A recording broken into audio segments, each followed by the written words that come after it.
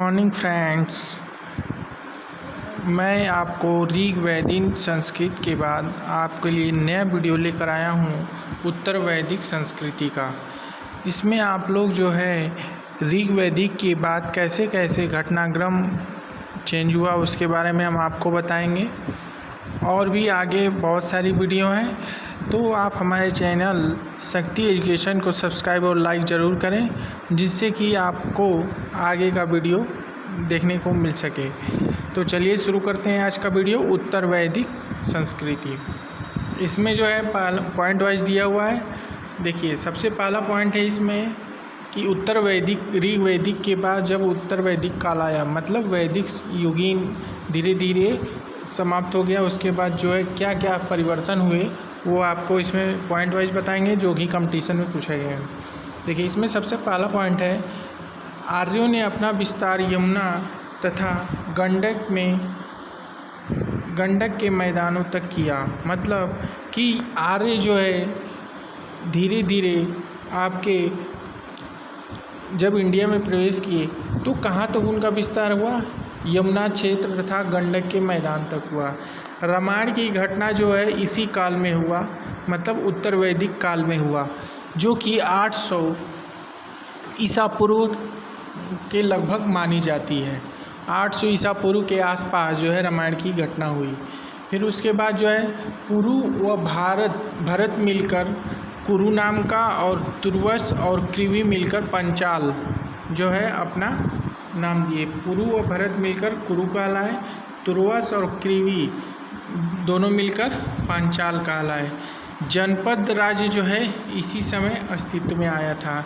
इसमें इंद्र का अस्तित्व कम हो गया। ऋग वैदिक काल में क्या था कि इंद्र का अस्तित्व ज़्यादा माना गया था तथा ब्रह्मा का स्थान सर्वोच्च हो गया। मतलब ब्रह्म जो है सर्वोच्च माने गए, ब्रह्म जो है ब्रह्मा भगवान। उसके बाद जो इसमें जो है मूर्ति पूजा शुरू हो गई। वनों में वानप्रस्थों द्वारा रहस्य विद्या का ग्रंथ अरण्यक की रचना हुई। अरण्यक की रचना आपको इससे पहले वीडियो में बताया है। तो अरण्यक की रचना इसी काल में हुई थी। आर्य सबसे पहले तांबा से परिचित हुए, मतलब तांबा का ज्ञान सबसे पहले हुआ पदार्थों में। फिर इस काल में लोहे को श्याम अयस तथा कृष्ण अयस कहा गया है। उत्तर वैदिक में 4 प्रकार की मिट्टी पाई गई। मिट्टी के बर्तन पहला है काले व लाल, दूसरा है काले रंग का, तीसरा है चित्रित धूसर, मतलब कि प्लास्टर ऑफ पेरिस की जो है उस पर चित्र बनाया हुआ बर्तन। उसके बाद जो है लास्ट है लाल रंग का। इस काल में आर्यों का मुख्य व्यवसाय कृषि हो गया। फिर उसके बाद तैत्तरीय उपनिषद में अन्न को ब्रह्म कहा गया, मतलब अन्न का नाम ब्रह्म दिया गया। फिर जो है राष्ट्र शब्द जो है हमेशा इसी काल में आपका प्रदेश सूचक या जो राष्ट्र शब्द प्रयोग हुआ था इसी वैदिक काल में ही इसका प्रयोग किया गया था। ऋग वेद के पुरुष सूक्त में वैश्य शब्द का प्रयोग इसी काल में शुरू हुआ।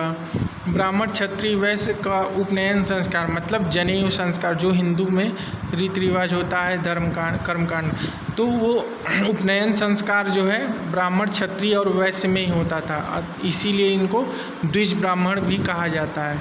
शूद्रों का जो है उपनयन संस्कार नहीं होता था। उसके बाद शिल्पियों में रथकार, मतलब जो रथ को चलाते थे, उनका यज्ञोपवीत पहनने का अधिकार था। मतलब जनेऊ पहनने का अधिकार केवल जो रथ चलाने वाले थे उन्हीं को था। शिक्षा जो है मौखिक दी जाती थी। अब तो रिटन दिया जाता है लिखित रूप से, लेकिन पहले शिक्षा जो है केवल मौखिक रूप से ही होती थी। स्त्रियों की दशा खराब थी। अथर्ववेद में पुत्री के जन्मे पर दुख प्रकट किया जाता था। मतलब कि जब पुत्री जन्म होती थी, अथर्ववेद में ग्रंथ में लिखा गया है कि जब पुत्री जन्म होता था तो वो दुख का काल होता था। ऐत्रेय ब्राह्मण में पुत्री को कृपण या नृपत्री कहा गया है। ऐत्रेय ब्राह्मण जो है ग्रंथ है उसमें जो है पुत्री को क्या नाम दिया गया है? कृपण या नृपत्री। स्त्रियां जो है उपनयन संस्कार से वंचित हो गई। स्त्रियों का उपनयन संस्कार नहीं होता था। स्त्रियां यज्ञ में भाग लेती थीं। स्त्रियों का सभा में प्रवेश वर्जित था। इस काल में बाल विवाह का वर्णन नहीं मिलता है। गोत्र प्रथा का उदय हो चुका था। गोत्र मतलब कि अलग अलग जो ऋषि के नाम पे जो है अलग अलग गोत्र बन गए और वो गोत्र प्रथा इसी काल में, उत्तर वैदिक काल में ही शुरू हो गया।